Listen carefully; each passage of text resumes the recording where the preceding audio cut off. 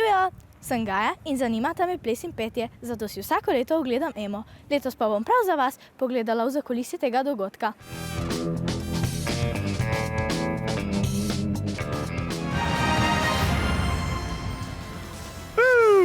Dober večer, dragi ljudje! Ali si kdaj v mojih letih želel, da bi vodil Emo?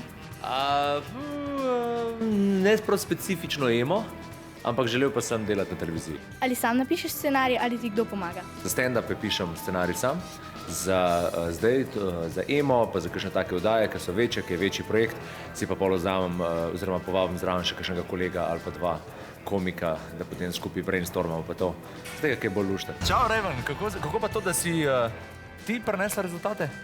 Ker bova finale vodila skupaj. A, se res? Letos boš prvič vodila. Kako si se na to pripravila? Nekako sem si probala pogledati čim več za nazaj, da malo vidim, kakšne različne stile vodenja so imeli drugi. Potem pa pač tekst čim večkrat skozi. Predvsem bojo te vaje pred kamerami, ki jih imamo pred Emo, zelo pomembne, tako da ja. Ali se kdaj med Emo zatrese kamera? Ja, ne bi se smela, no, ampak včasih se pa tudi to zgodi. A boš probala za kamero? Ja. Evo, daj mi mikrofon. Kako pa veste, kaj morate snemati in kdaj morate to posneti? To nam pove v bistvu režiser, pa tudi sami že vemo iz izkušenj in pozicij kamer, kaj delamo, kako delamo.